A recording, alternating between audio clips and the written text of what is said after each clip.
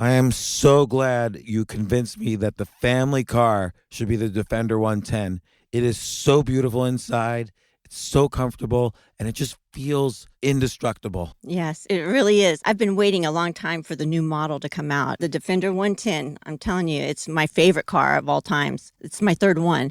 You know, I have stories of going off road. The guy managed the group. He was like, "What are you doing in this beautiful car?" I'm like, "I'm going off road." He's like, "Are you sure? Because you can use one of ours." And then they look like Mad Max cars. I'm like, "No, no, no, no, we're going to do this." And he was shocked. Wow. Well, it's great because the Defender has been reimagined for 21st century adventure, and its unparalleled off-road ability as well as its robust interior are invaluable whether you're headed towards uncharted territory or just a weekend of exploration. The Defender 110 tackles challenging surroundings with absolute confidence. The SUV conveys strength outside and in, featuring peerless technology like an intuitive driver display and an award-winning infotainment system. That's my favorite part, to keep you connected no matter where the journey takes you. Adventure is unique to everyone, and so is the Defender. Choose from the two-door Defender 90, the four-door Defender 110, or the larger Defender 130 with the ability to seat up to 8 passengers. You'll find uncompromising performance in all three. So pack up and go even further with the Defender 110. Learn more at LandRoverUSA.com/Defender. These days, we're all investors, trying to be smart with our money despite our worst impulses. But at iShares, we believe that deep down inside of every investor is a better investor. One that's just waiting to be let out. Explore iShares ETFs and insights and let your best investor out. Visit iShares.com for more information.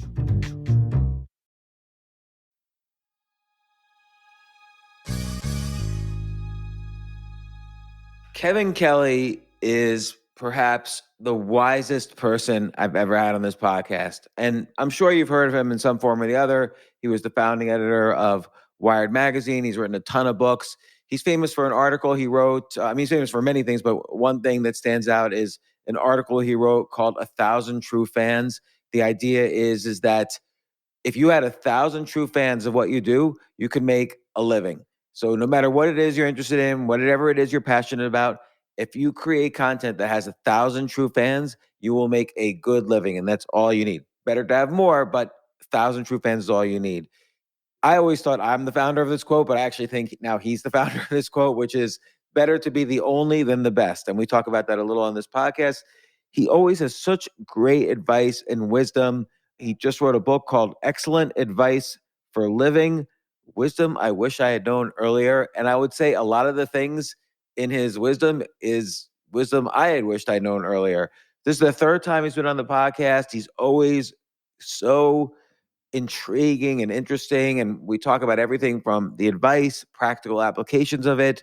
We talk about AI and what it's going to do to us. And I don't know, so many interesting things.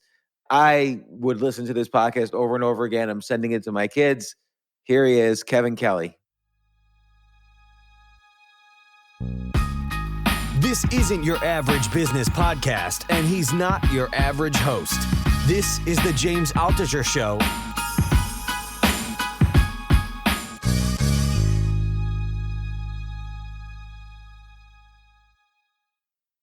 Kevin, you look exactly the same as the last time you came on the podcast, which was about, I want to say 5 years ago. Probably even more than that. I would say it's probably at least 7 or 8 years ago. You look exactly the same, except you have more hair. Yeah. And I have less hair. I have grayer hair and I have facial hair. So and I have less hair. Well, how have you been doing? I mean, obviously, I've read your book, Excellent Advice for Living, and there's so much I want to talk to you about, but how's it going? It's going great. It really is fantastic. I'm having a ball, and I am making art every day. That's a big thing. What kind of art are you making? Well, for a year, I posted something every day that I made by hand on an iPad. This year, I'm co-creating it with AI every day. So I have an assistant, an intern, and that intern is an intern and I are making art, and I'm trying to surprise myself. That's my main motivation in making art. Is I have no idea what we're going to do. I'm going to sit down and then I'm going to surprise myself with something. And so I kind of go where it leads me in the most surprising direction. Well, let me ask you about that because I'm a writer. I've written several books, and you've been a writer for decades. You've been an inspiration to all writers. And what's a way you've surprised yourself in writing? Here's the thing about me and writing is I don't like to write. I like having written. And I think that's true for every writer, by the way, because writing is very unnatural. There are some. I worked at Wired, and I hired, worked with writers like Neil Stevenson, who love to write. This is their relaxed state. They're just generating words, and they just love that. I am the opposite, and the hardest thing for me is that first draft. And when I sit down, I don't sit down with ideas in my head that I have to get onto the page. I don't have any ideas. The ideas come to me through the act of writing. So writing is how I think, because I don't have the ideas before I sit down. So I sit down, and that act of forcing myself to put words on the page generates the ideas. And so so when I'm sitting down, I'm surprised. It's like I didn't know that I thought that, and that's why I'm writing. I'm writing to figure out what I think. What makes you sit down to write? Is it a deadline, or do you just do it? I kind of need, both work. So I sometimes will take assignments and suggest things to Wired very kind of cautiously, because then I have a deadline, and that will force me to produce stuff. So the common thing is, I like, say, early days of AI and these image generators, I thought there's something really, really important here. I don't know what I think about it. I'll pitch a story to Wired, I'll get an assignment, and then I have to force myself to write it. And then I'll conclude with knowing what I think about it. So I will sort of give myself a deadline in the sense of taking an assignment. Other times, like for my blog, I'll start to have an idea, and I'm saying, I think there's something there. I think it's important. And so I will give myself a kind of a mini deadline. I'm going to produce something today, and whatever, I'll write as much as I can figure out today. It's just a blog, and then I'll publish that. And so it's how I think. You've written so many things that have become part of kind of the almost cultural identity, particularly of the tech world. Like, still, I mean, I was just talking to you the other day, someone mentioned to me the concept of there's this idea of 1,000 true fans. And I'm like, yeah, yes, Kevin Kelly's been on my podcast, but it's really true. I mean, there's entire industries now developed around marketing in terms of funneling a large audience down to the 1,000 true fans, and it works. If you have 1,000 true fans, those are the people who will make you a living, and because you're providing something of such incredible value to them. And your book, Excellent Advice for Living, contains so many 1,000 true fans style pieces of advice. There's another thing. I think it's you who said, better to be the only than the best. Is that you? Yeah, that's me. Well, and again, I don't think I'm the first to say that, but I might be the first to say it exactly this way, which is don't aim to be the best, aim to be the only. And so that is sort of that's a bit of advice that I wished I had heard earlier in my life, because it would have really clarified things. And it took me kind of a long time to get there. And it was actually through Wired and trying to make writing assignments, as we were just talking about, to other writers that I came to this conclusion. And that was, as an editor at Wired, we'd have story ideas. We'd try to find a writer to write the story. And I would pitch stories at these story meetings. And some of my ideas are like, that's not a good idea, or yeah, so what? And so I would say, okay, that's a stupid idea. Kill that one. But the idea would come back to me maybe a year later, and say, that I really like this idea. I think this is good. We should do this. And people would say, no, I don't think so. It would get no votes. Okay, so kill that idea. And then maybe it would come back a third time. And I really think this is a good idea, but no one else would think it's a good idea. And so then I had this realization, I have to write this one. Because I'm the only one who thinks this is good. I'm probably the only one who can do it. I've been trying to give away the idea. No one else is going to do it. So I would do it, and that would be my best piece. And it was this idea of like, that's why I'm here. And so a lot of people think that career-wise, that what you want to get to is a place where you're doing something that you love, you're doing something you're really good at, and you're doing something that other people find valuable to pay for you for. And that's the kind of holy trinity, that Venn diagram with those overlapping circles. But there's a fourth state. And that fourth state is like, yeah, if those are kind of the minimum requirements, but it's also like, can anybody else do this? Can I outsource this? Is this something that someone else could do? Because then I'm not really the person who should be doing it. And so that's the question I ask these days, is not just, am I good at it? Would it be fun? Would I get paid for it? It's like, can anybody else do it? Because if someone else could do it, I want to give it to them. And I want to only wind up doing the things that only I can do. Because when I'm doing them, I don't have to worry about competitors. I've been trying to give away the idea. I don't have to look over my shoulder. I'm not in a hurry because no one else is going to do this. And it's easier. I'm going to be at ease with it because nobody else can do it. And so I'm aiming for those things. And I wish I was aiming for them when I was younger, where you're kind of like, it's the thing that you are doing, which so you don't need a resume. So, it could be your brand, all those kinds of things also put into play. And so that's one of the criteria that I use right now for deciding what to do next. There's so much to unpack in this. For one thing, it could be that you're the only, because quite correctly, everyone else refused to do it. Yeah. And so you kind of have to be the only, you have to kind of experiment quite a bit Yeah. to find the only that really stands out. Yeah, you can't be the only sucker. Right. Often that's happened to me where someone calls and says something like, oh, you've got to invest in this, where, I don't know, creating wireless all through Africa. And Bill Clinton's going to invest in the second round, but we're just closing the first round and we need you. And I start to, at first I'm excited, but then I start to think, is Bill Clinton really sitting by the phone waiting to find out if I've invested yet? Right, exactly. Like, that's not happening. Right. The other thing to unpack there is, like you mentioned, Neil Stephenson's a great writer, and you're a great writer. But nobody can tell which writer is 10% better than another writer.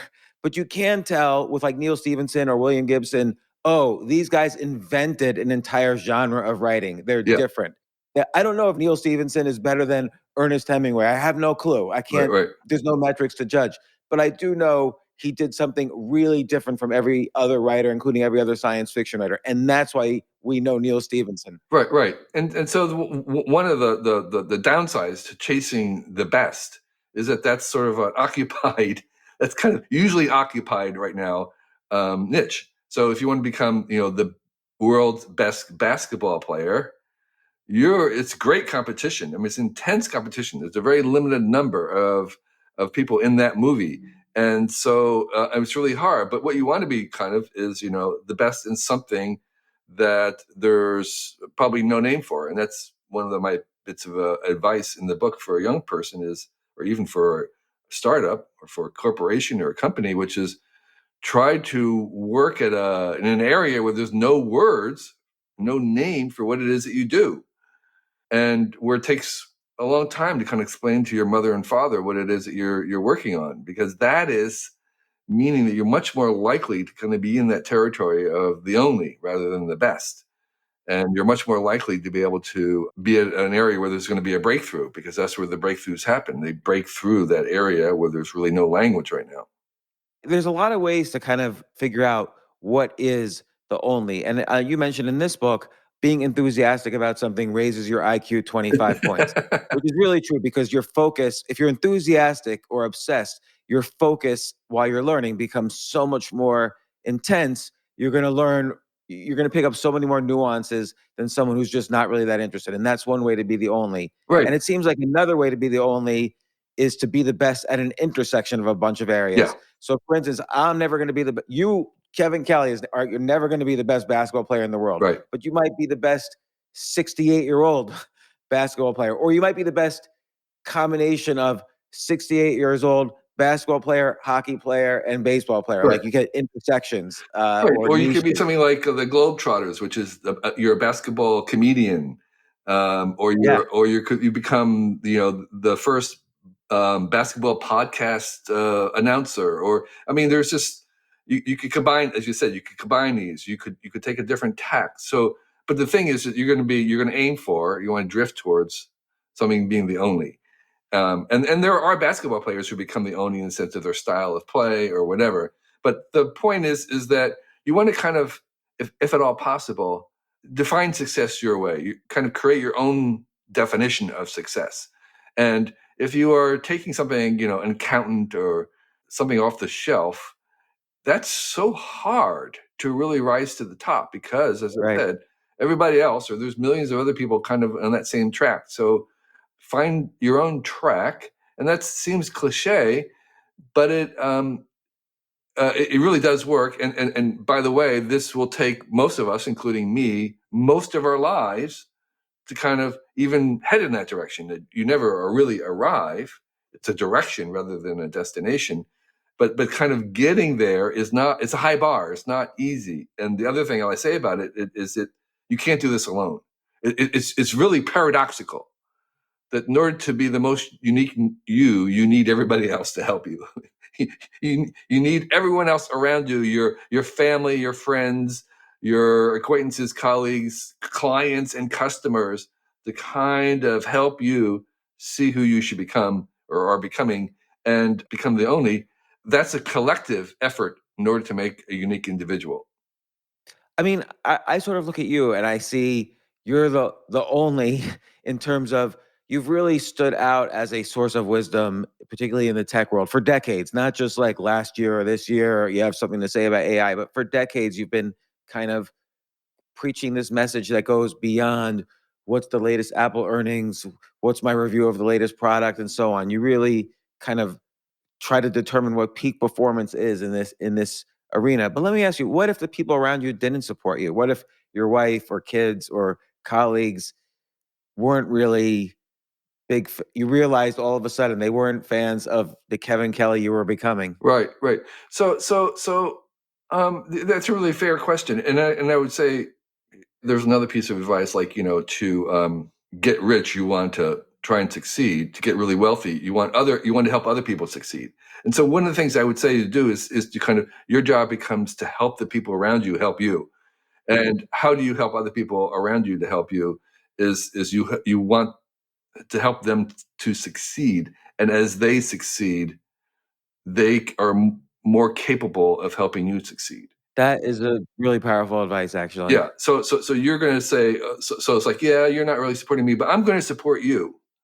And this comes back to the kind of the weirdest paradox in the universe, which is fundamentally at its core, which is the more you give, the more you get.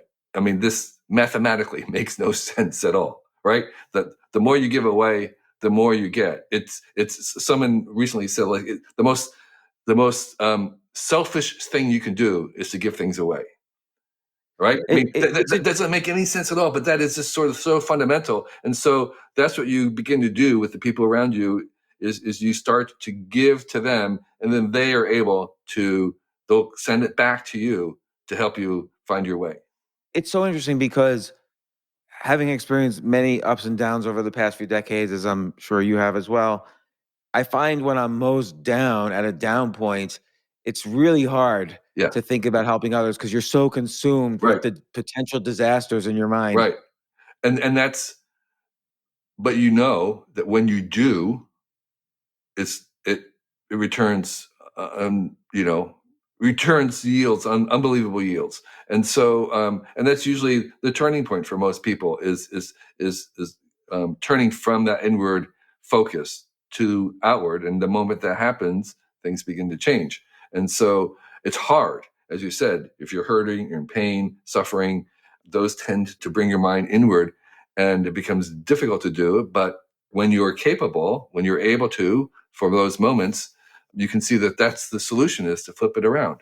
What's an example from your life?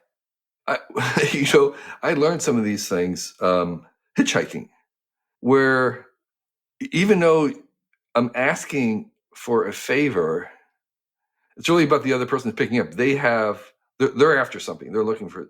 And so I turn hitchhiking around. It's like, I'm giving you an opportunity.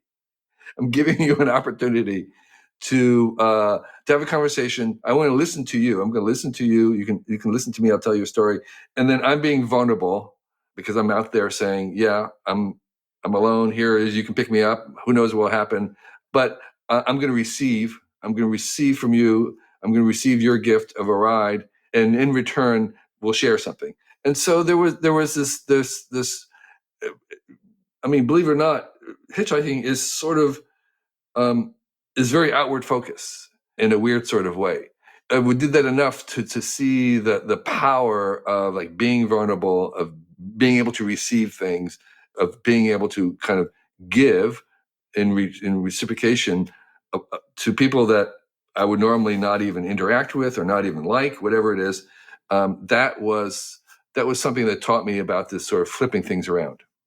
You just brought back a wave of memories of when I was younger, and I used to hitchhike quite a bit in the city I lived in. In fact, I used to race my friends. I would bet them I can get Yeah. to someplace faster by hitchhiking. But you're right. Someone picks you up because for a few minutes they want a friend. Yeah. And the one piece of advice I always give people who hitchhike is make sure you don't slam the door. Like, well, everybody hates when you slam the door. Yeah, I used to hitchhike to work every day. It was so reliable. And I hitchhiked away from work. and my piece of advice about hitchhiking is look like the kind of people that you want you to pick up, that you want to pick you up. So like, that's in your book. Like, yeah, mirror their look. I haven't yet. Well, there was a guy who was hitchhiking in a suit, which I thought was just totally brilliant. I haven't quite done that yet. Yeah, I think a theme that runs through my book, and by the way, that is more of me as an only, is I've become deliberately more optimistic as I get older, more and more optimistic. That is what runs through the book, is a sense of optimism and generosity. Yeah. I think those are very, very related as kind of the foundational stance that I've come to not believe the story that we tell ourselves that the basic human instinct is selfishness. I think it's the opposite. I think the basic human instinct, when all things are equal, is to share, is to help. And I've just seen that around the world, and that's just how the world works. And if you trust strangers, I think that is my default, is I am going to, haven't met you before, but I'm going to totally trust you unless you give me evidence otherwise, as the default. And occasionally, sure, I may get cheated because of that trust, but I consider that a tax on the incredible benefits I get by trusting strangers, because they give me their best when I trust them. And so compared to the benefits that you'll get when you trust others, getting cheated every now and then is just a little tiny tax that I willingly pay. A lot of this advice, like take the advice about hitchhiking. This applies really to more than just hitchhiking. Hitchhiking is almost a metaphor. Like if you're trying to sell your company, even if you're talking about billions of dollars of value, ultimately someone wants to buy your company because they want you as a friend closer to them. Yes. They want you in the office next to them so they can hang out with you. Yes, it's very, very human, very social. And that's something else that I kind of, being involved in some startups and my own business over time is that I've come really to see that businesses are extensions of the personalities of the founders. I mean, they're a way to kind of amplify their personality, and they do amplify their personality. And that's why I have another bit of advice, which is don't ever work for somebody that you don't want to become, right? Because you will. If you're working for someone, and that kind of a founder that has this vision, and it's someone you don't want to be, it's like, don't work for them, because you are kind of participating in their expression, and you'll become more like them as you work around people. So you do want to choose it when you have a choice. Family, you don't have a choice, but where you work and colleagues, these are under your control, and you want to associate yourself with people who help you on your path to being the only.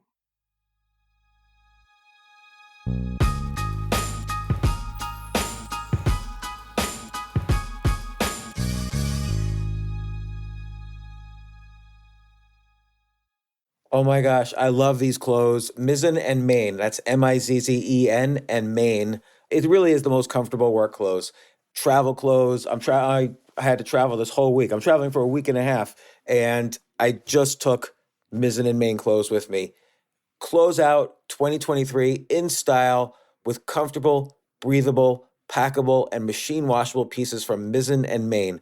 As you wrap up your year-end goals, enjoy a Mizzen and Main dress shirt that you can wear confidently. I like that they've very, very just nice, solid colors. I don't really like to get all fancy in patterns and everything, although they do have some pattern shirts, but very comfortable clothes, stretchable pants. It's just super comfortable, but they look professional and you can wear them casually or professionally. I like some of their flannel shirts or untuck shirts. I love untuck. I never tuck in. So again, whether you're shopping for a special someone or giving yourself the gift you really want, I just buy myself gifts.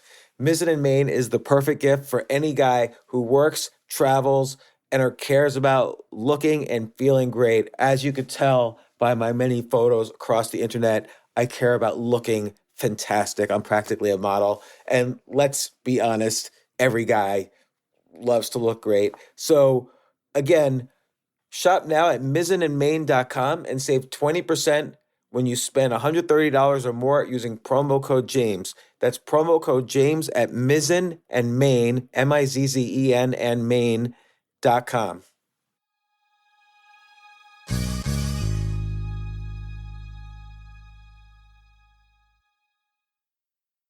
You know what I love about fantasy sports is that even though I'm not going to be a great basketball player or a baseball player or a football player or whatever, I feel like I get to participate and make decisions and use my knowledge of these different leagues to or these different sports to compete. So it's like I can pick my team or I can pick my favorite players and I could use my knowledge to make predictions and maybe even make money. So with the basketball season here, you can now pick combo projections across football and basketball from the Specials League on Prize Picks.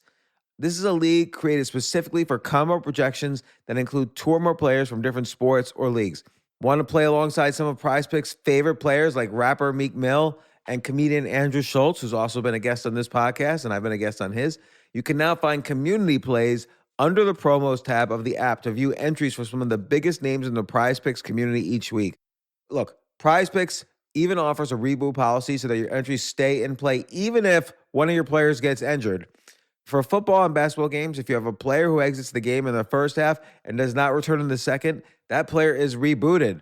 Prize Picks is the only daily fantasy sports platform with an injury insurance policy. What?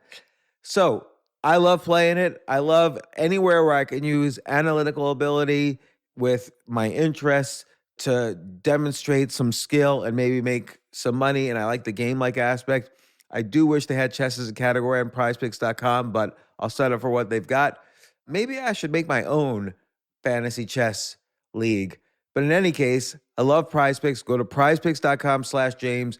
Use code James for a first deposit match up to $100. That's the easiest $100 you're ever going to make. So that's prizepicks.com/James and use code James. Daily fantasy sports made easy.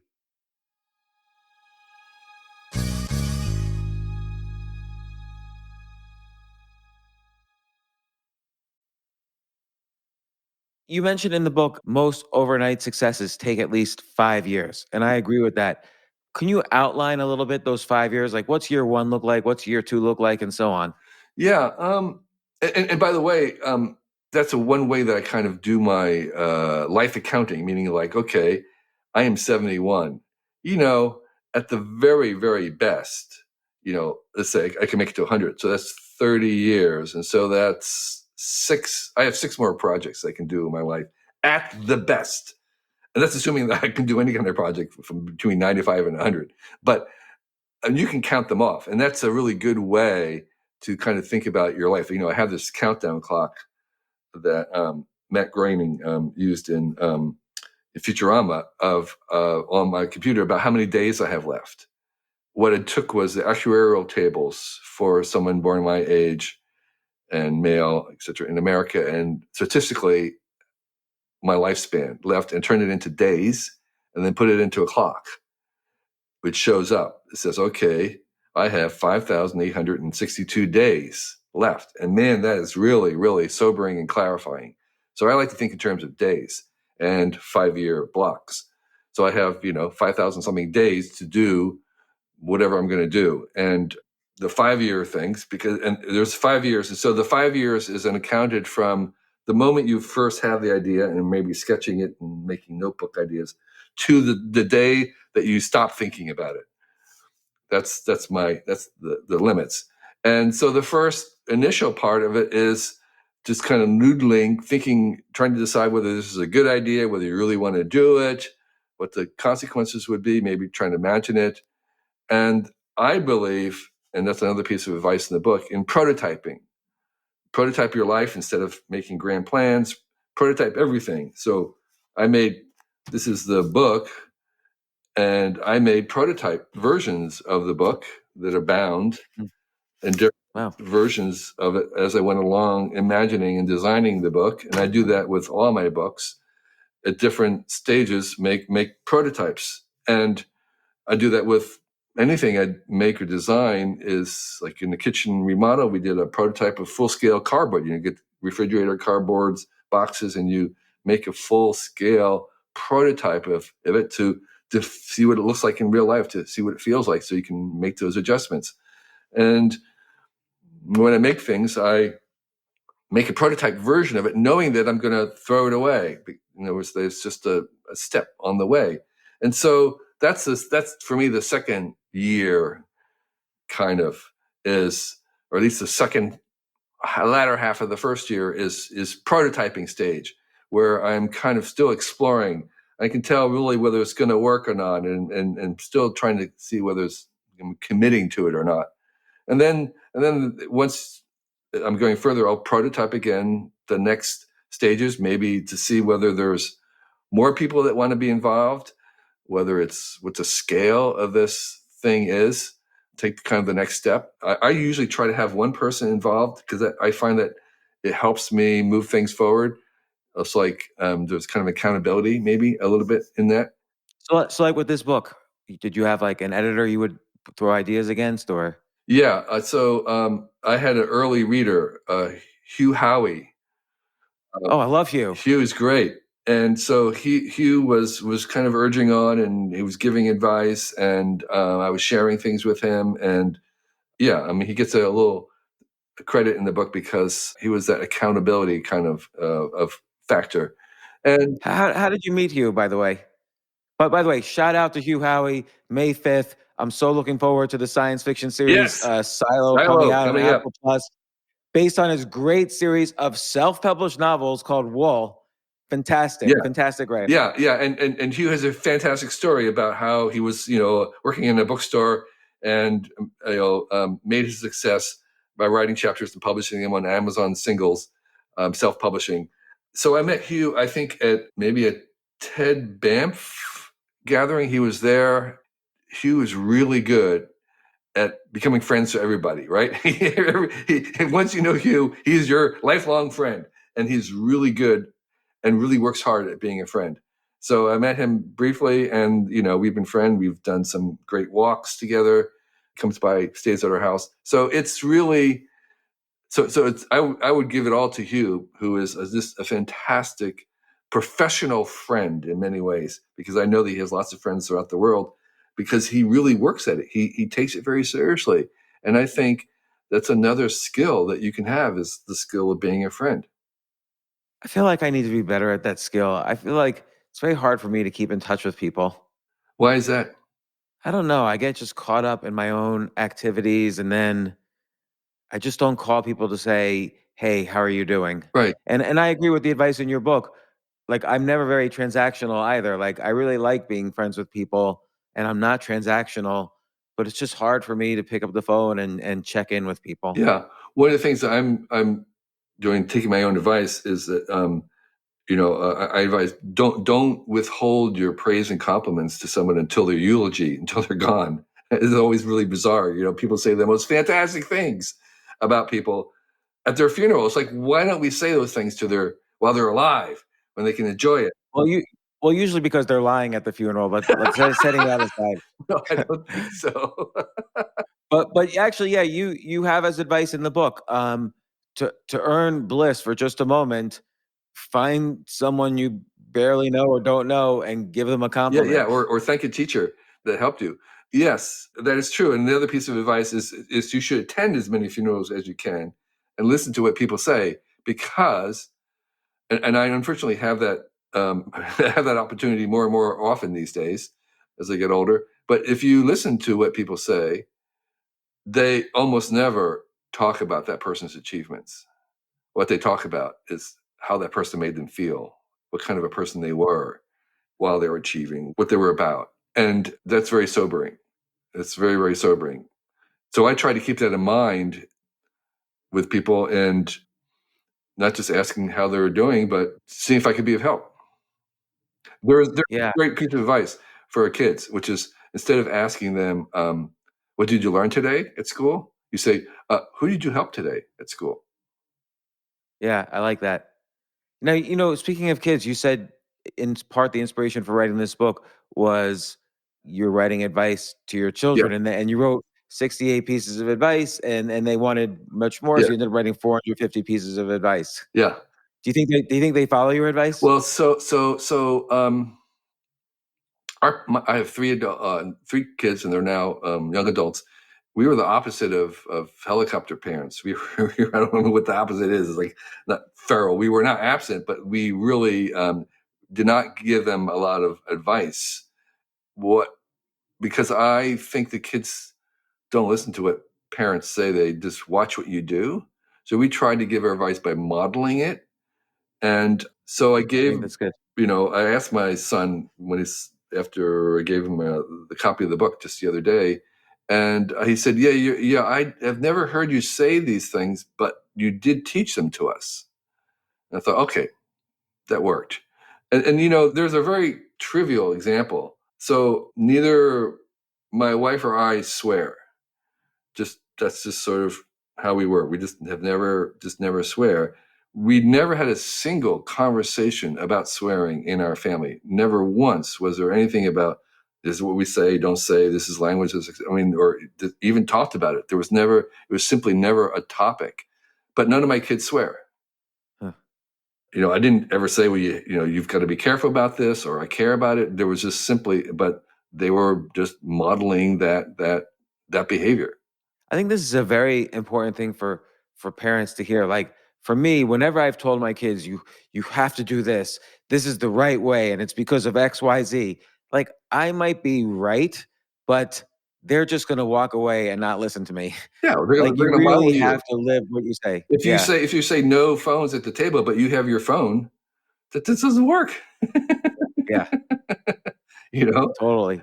So yeah, we don't have phones or screens at tables, but we've never said you can't have it. It's just that we don't have them. They don't have them.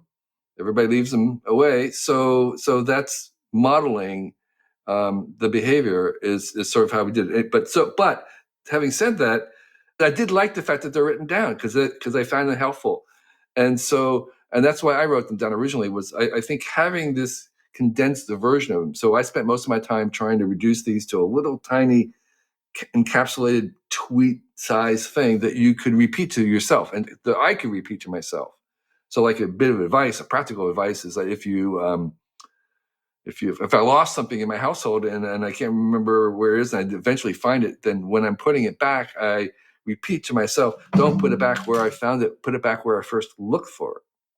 And That's just that really works. Put it back where you first looked for it. And so that is changing my behavior. And so because I can repeat that. Or another piece is like, if I'm invited to do something in 6 months from now, I always ask myself, would I do this if it was tomorrow morning?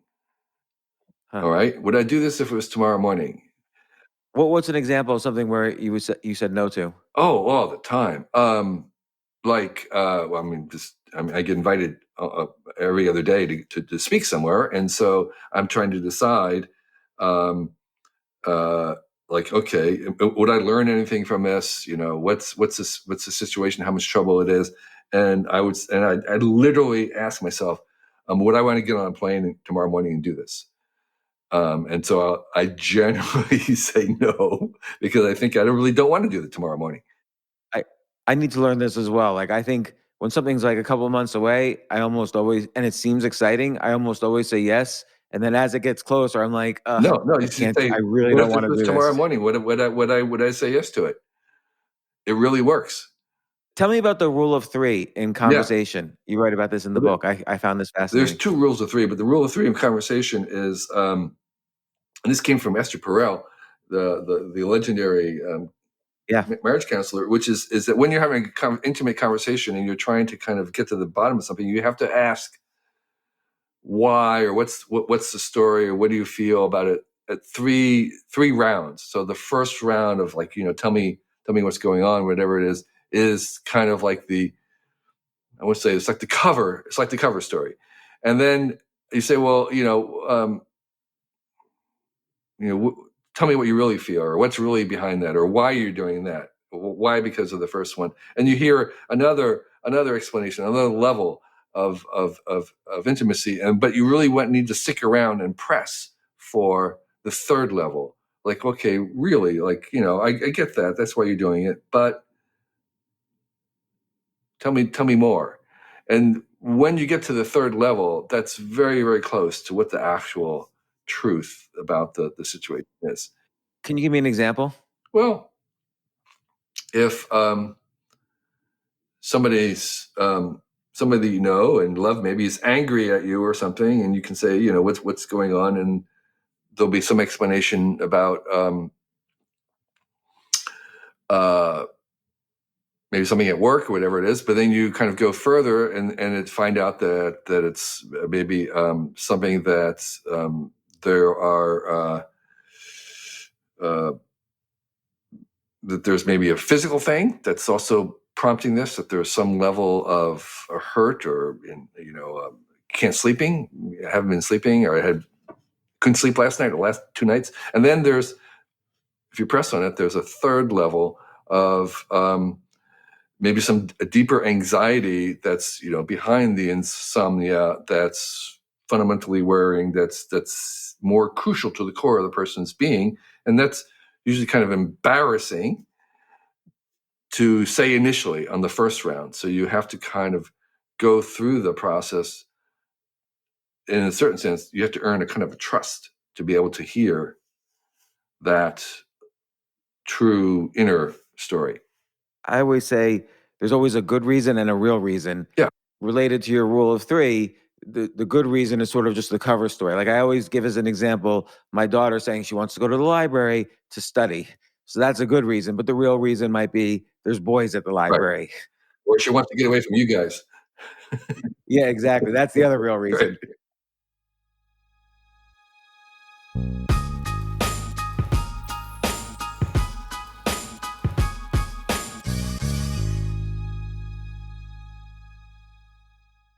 This is such a valuable service for all business owners, big businesses, small businesses, doesn't matter. I wish I had this in the many different businesses that I've started. Sometimes it seems like your business is humming, but then suddenly you don't understand it. You're starting to fall behind. You're not understanding where your costs are, where your revenues are, where your payments are. Teams are buried in all sorts of like BS work, and you can't seem to close the books. So you need like one dashboard, one source of truth. I'm jealous of this business, NetSuite from Oracle, of course, NetSuite by Oracle. I wish I'd come up with this idea. It's a brilliant concept to have all your business intelligence on one dashboard. This is why you need to know these 3 numbers: 37,000, 25, and 1. So 37,000, that's the number of businesses which have upgraded to NetSuite by Oracle. NetSuite is the #1 cloud financial system, streamlining accounting, financial management, inventory, HR, and more. 25. NetSuite turns 25 this year. That's 25 years of helping businesses do more with less, close their books in days, not weeks, and drive down costs. 1, because your business is one of a kind. So you get a customized solution for all of your key performance indicators, your KPIs, in one efficient system with one source of truth.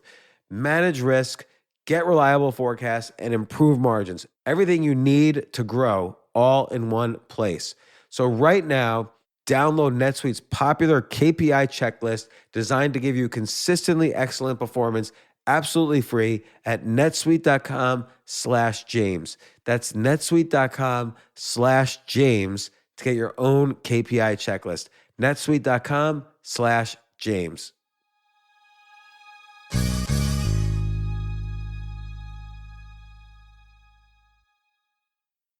The future of learning is definitely online. Like, it's such BS that you have to spend $200,000 or take $200,000 in loans and go to some fancy school when it's useless. It doesn't guarantee you a job. Most employers, including me, do not care about degrees or grades or anything like that. We want to care that you love what you're doing, that you know what you're doing, in some cases that you have experience or that you're willing to learn.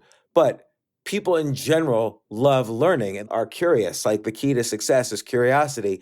And I think masterclass.com is the perfect model for online learning. I'm really happy they're sponsoring this episode. If you're going to give a gift, give the gift of learning. Masterclass makes a meaningful gift this season for you and anyone on your list, because both of you can learn from the best to become your best, from leadership to effective communication to cooking. Let me tell you some of the classes I've taken. I've taken comedy from Steve Martin. I mean, can you believe I can take a class from Steve Martin on comedy, or Judd Apatow, my favorite comedy director? I could take an actual class from him on writing. Wolfgang Puck on cooking. Dan Brown on writing, or Judy Bloom, who's been on this podcast, on writing. By the way, Wolfgang Puck also has been on this podcast. It's such a pleasure. I try to take classes all the time from masterclass.com. And whether you're watching Masterclass on TV or listening in audio mode in the app or on their site, the quality speaks for itself. It's like these Masterclass instructors are your own personal mentors that are going to help you reach the next level. How much would it cost to take one-on-one classes on comedy from Steve Martin, or on chess from Gary Kasparov? You just wouldn't be able to do it. But it would cost hundreds of thousands of dollars. With a Masterclass annual membership, it's $10 a month. Memberships start at $120 a year for unlimited access to one-on-one classes with all 180 plus Masterclass instructors. So it's not just $120 for one instructor. You get all 180 plus Masterclass instructors. Boost your confidence and find practical takeaways you can apply to your life and at work. And if you own a business or are a team leader, use Masterclass to empower and create future-ready employees and leaders. That's the real education in today's world. So this holiday season, you can give one annual membership and get one free at masterclass.com/JAS. JAS, of course, stands for the James Altucher Show. So right now you can get two memberships for the price of one at masterclass.com/JAS. Masterclass.com/JAS. Offer terms apply.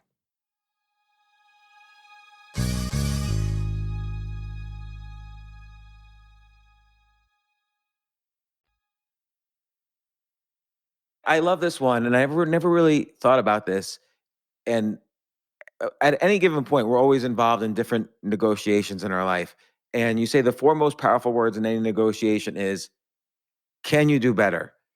And I wonder, like, let's say, you're applying for a job, you get a job, the boss offers you a salary, and he has this big HR handbook, and this is the salaries for someone entering in at this level. So he makes it seem like there's a formula. That's often also a powerful negotiating technique, is to say, I can't do anything about it. It's the formula. Yeah.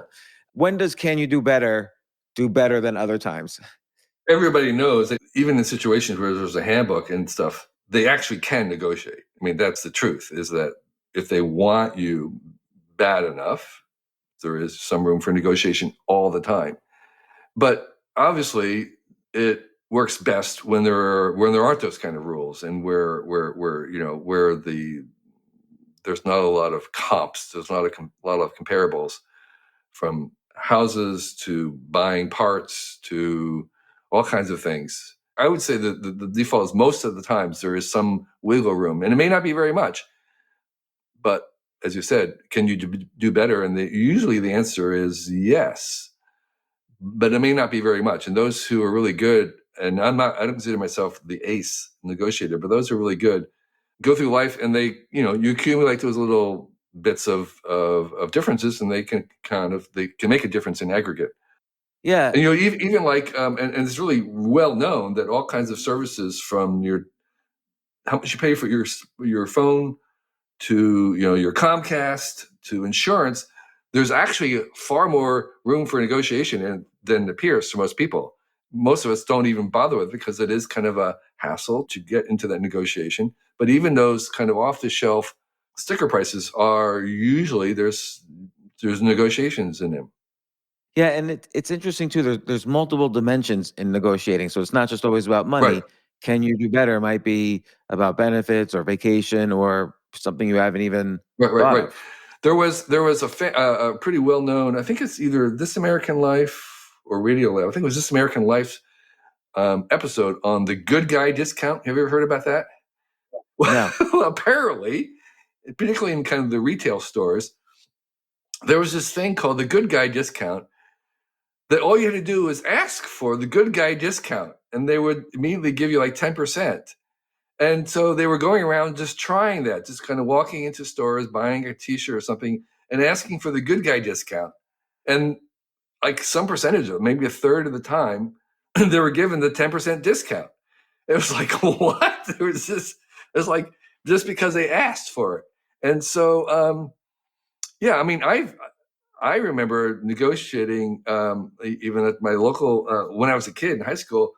My little place where you buy the blue jeans, and there was like I found a kind of pair of Levi's or whatever with the right size and the right instream because I'm kind of very short legs.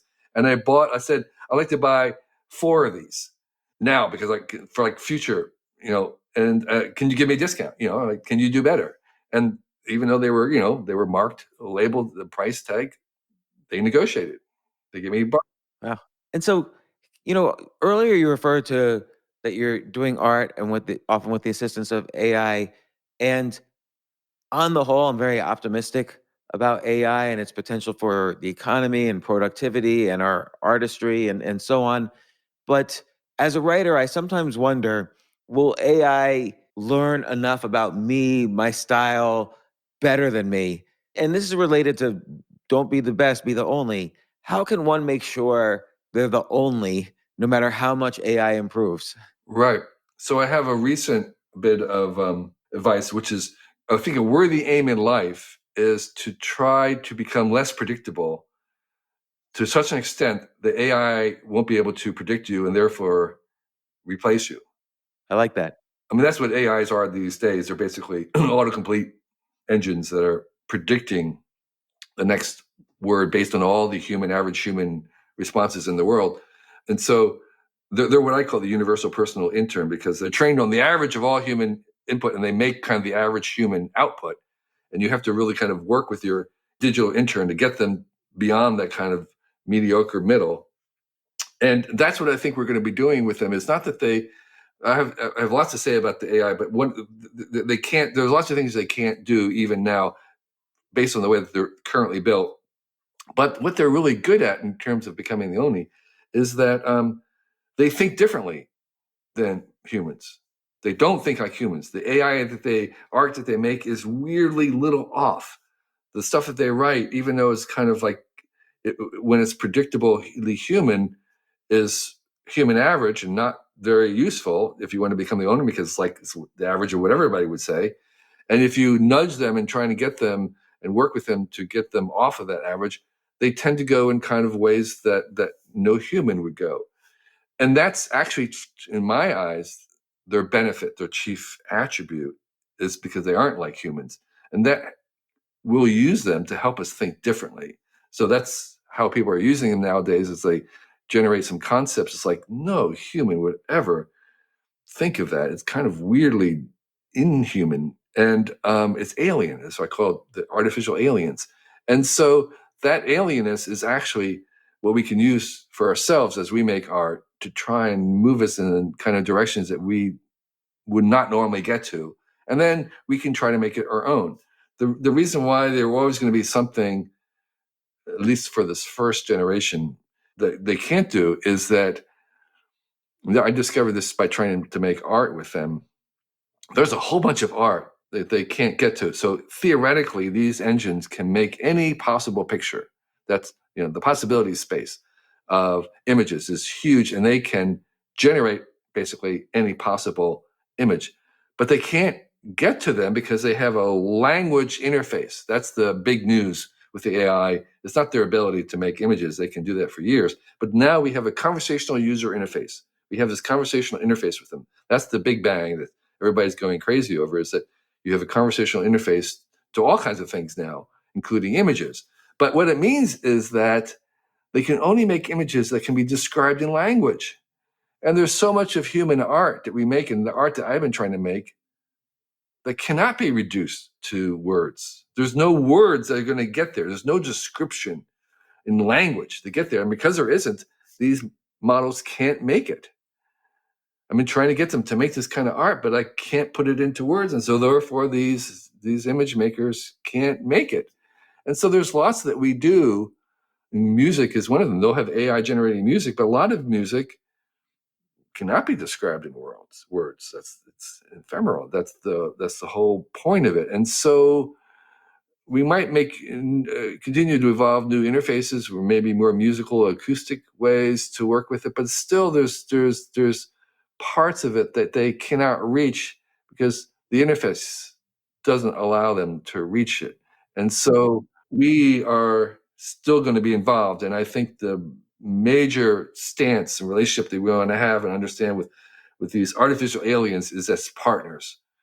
For the most part, most of the time, we're going to be partnering with them to create stuff. They're not going to replace us. There are partners. They need us. We need them. It's like in doctoring and medicine. Yes, right now, almost any human doctor is going to be better than an AI doctor. However, a human and AI team is better than both the AI by itself and the doctor by itself. And lastly, an AI doctor, not as good as a human doctor, but even an AI doctor alone is better than no doctor, which is what most of the people in the world have. It's interesting. You bring up music and they can't understand, let's say, the text to describe music. But if they're learning on, let's say, Mozart sonatas, Right. the language of notes and chords and so on, they can learn from that. And so now AI can make a Mozart sonata that experts can't tell is not a Mozart sonata. Sure. And so if you want to make more Mozarts, yes, you can do that. That gets very boring after a while. But if you want to make new music that you want to listen to, they could, in theory, generate the music, but they're not going to arrive there because there's no. I mean, how do we tell them to get there? How do we tell them to do something? How do we correct it? So if they just do some random thing, anything done at random is going to be almost improbably worthless, right? That's the statistically, if you take a randomly generated book, it's going to be nonsense. And so the issue is, yes, they in theory could make any string of notes, but to work with them, to get them to go somewhere that's really beautiful that we haven't been to, there's no interface for that because, other than language or some earlier prompt of existing music, they can do something in between. But how do you get them to fine tune it if you don't have a way to interface? So that's where we are. I think I say it's the first generation. It may be that as we go further, we can have better ways to interface them. But that is the thing is that we have intuition and all kinds of other things that are transcend language as a means of what we're trying to do. Emotions, of course, and other things. But we don't. The AIs are ignorant of that in a certain sense. They aren't capable of that transcendent ability yet. And so for the time being, for the time around, we are going to work with them to produce something the equivalent of Mozart. They need us. We need them to get there. You mentioned earlier that as you get older, you've gotten more optimistic. Yeah.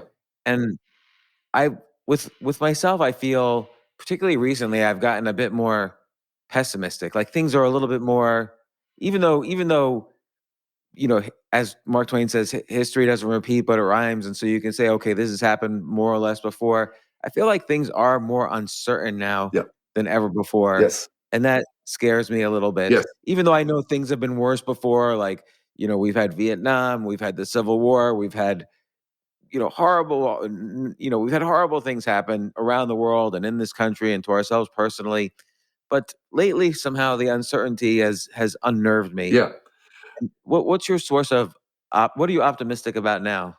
So you're right. First of all, I think that is. I was just having this conversation yesterday with somebody who's pretty high up in the tech stack, we might say, and there is a sense in which there is, I would say, greater uncertainty, and just because of the speed at which things are moving, the way that we're moving into new territory, there is a sense in which we really haven't been here before. This is really new territory. And that is an uncertainty. And then you have the speed of change that kind of like saying, well, what I used to know may not really apply. I'm not really sure if it does.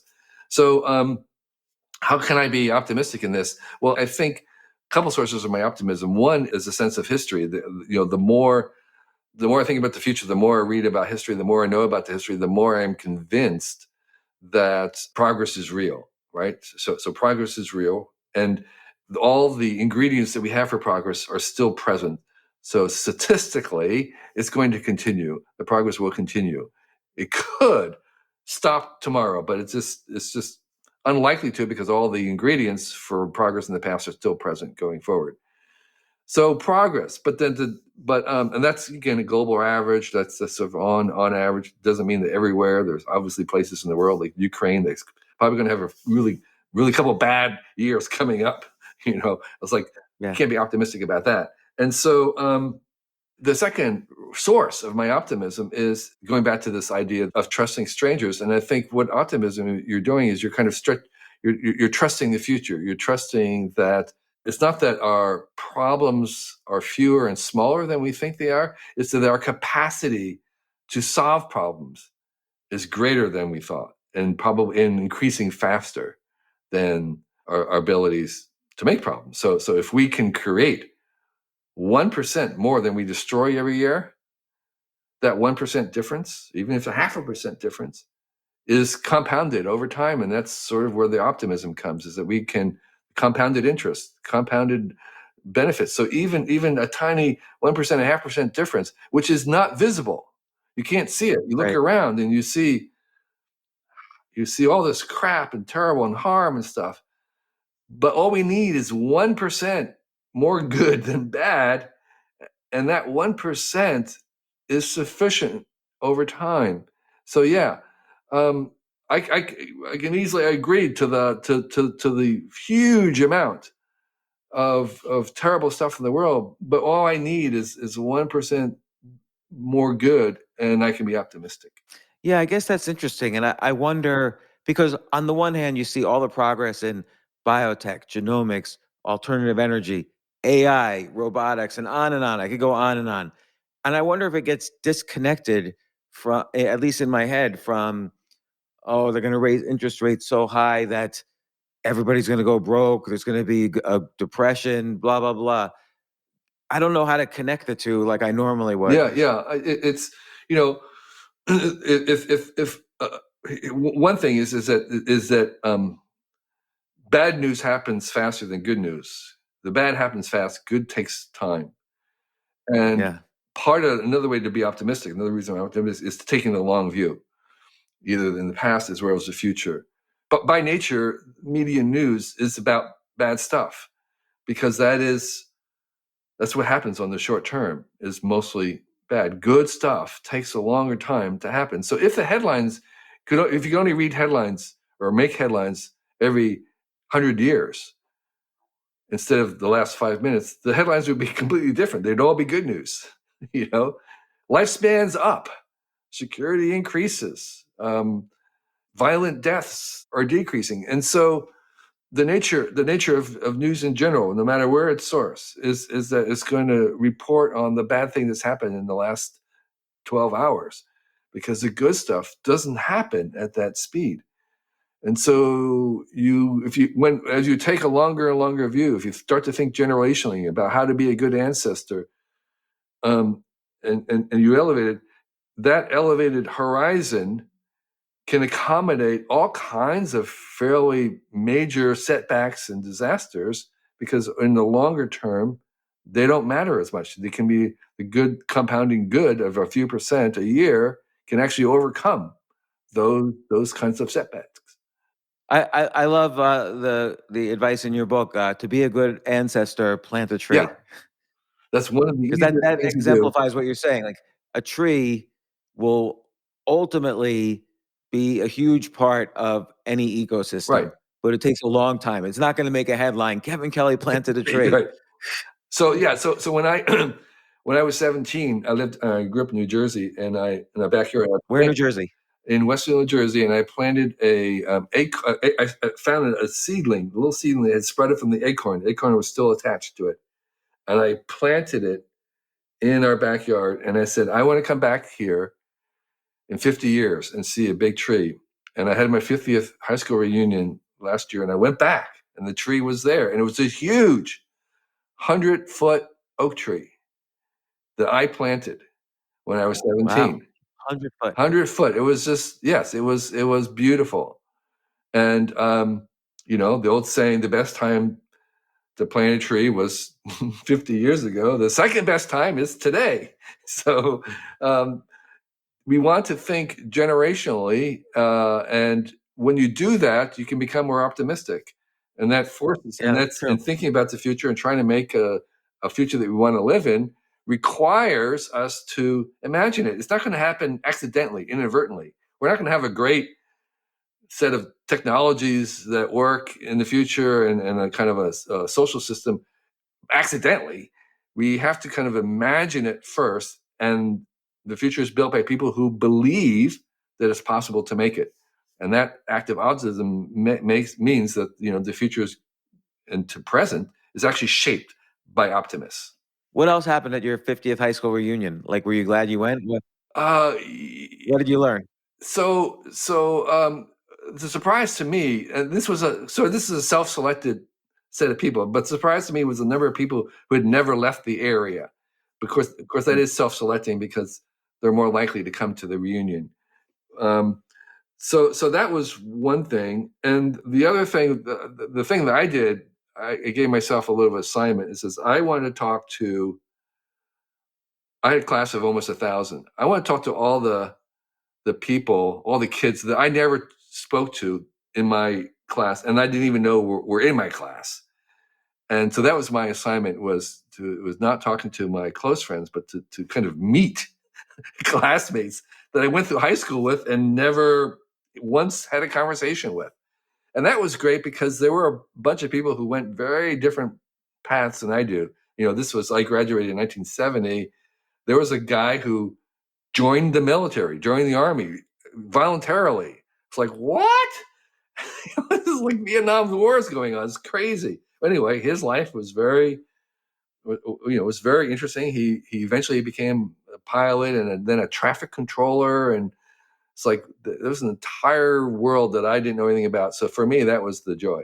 And that's, just in general, I find you're a very curious person. You learn, it seems like you try to learn from everybody and every experience around you. And I really admire that. I try to do that myself, but you're very successful at that. And, one thing you say, and I think this is one of the most powerful pieces of advice you have, is when someone is nasty or mean to you, assume they have a disease. Yeah. Treat it as if it was a disease is how I say it. Right, because it allows you to have sympathy instead of anger for them. Just assume that there's a little bit like, well, maybe they can't help it. There's some reason for it there. If I sat down, maybe I'd understand it, and it'd be kind of like not justified, but at least understandable. And so I find that easier to say, well, somebody's kind of really, really nasty. It's like, oh, they have a brain tumor. It's like, because actually that happened. That was based on something that happened when I was in high school. Was a girl in my class, her dad became really, really terrible. And then he suddenly died, and they autopsy discovered he had this really huge brain tumor. It was like, okay. What if we all knew that? We would have been a little bit more forgiving, working with that. That would have been a huge difference. And so now I'll kind of go forward and say, yeah, they have a brain tumor. But let me ask you a question. Like, you're such a revered person in anybody who knows you and anybody who knows your work. When was the last time someone was nasty to you? Someone you knew? Someone that I knew. Oh, well, okay. I have a relative who got very, very upset. I mean, it's a very complicated story. Yeah, very, very angry at me for something that I was trying to do in their lives, and so we had a cooling off period that helped a lot, and I just yeah, I treat it as if something that there was a reason behind it that I didn't know about, that I'm going to assume I'll find out later, and the answer was to cool down. And then I saw him recently, and it was perfectly fine. He was in much better spirits. The thing that was causing this kind of conflict hadn't really been resolved, but it had been, what's the word I want, accommodated.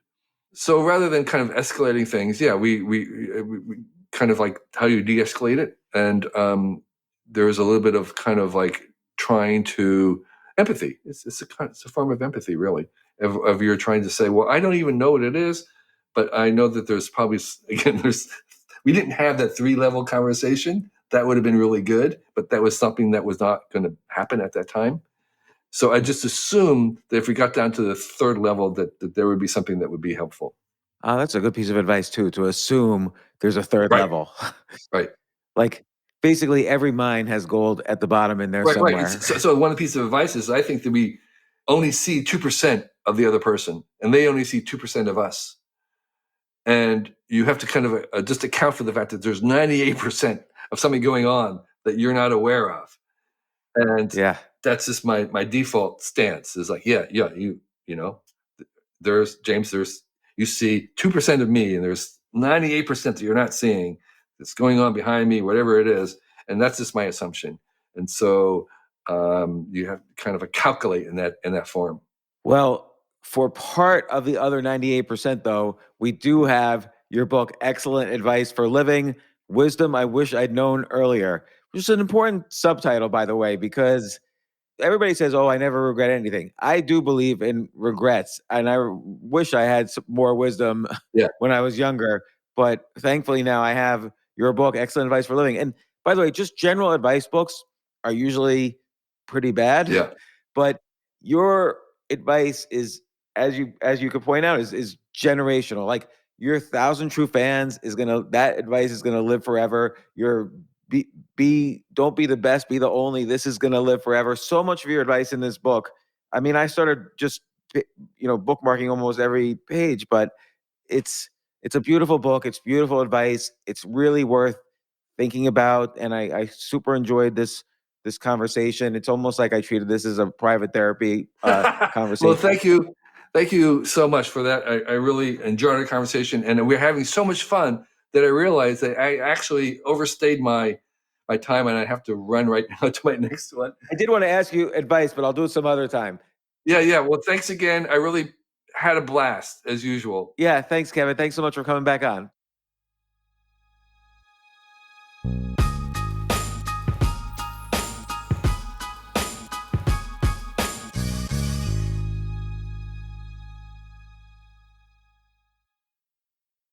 Diving deep into your passions has never been easier. Thanks to Amazon Prime. You get all-in-one access to the things you need, so you can get more out of the things you love. With a range of services including Prime Video, Amazon Music, and Prime Fast free shipping. Amazon Prime is like your personal mission control for all the things that inspire. From shopping and streaming to saving, it's on Prime. Visit Amazon.com/Prime to get more out of whatever you're into. It's on Prime. Luxury is meant to be livable. Discover the new leather collection at Ashley with premium quality leather sofas, recliners, and more, all built to last. No matter how many spills, scuffs, or pet-related mishaps come its way, the leather collection at Ashley is made with the durability you need for the whole family. Shop the new leather collection at Ashley and find chairs starting at $499.99 and sofas at $599.99. Ashley, for the love of home.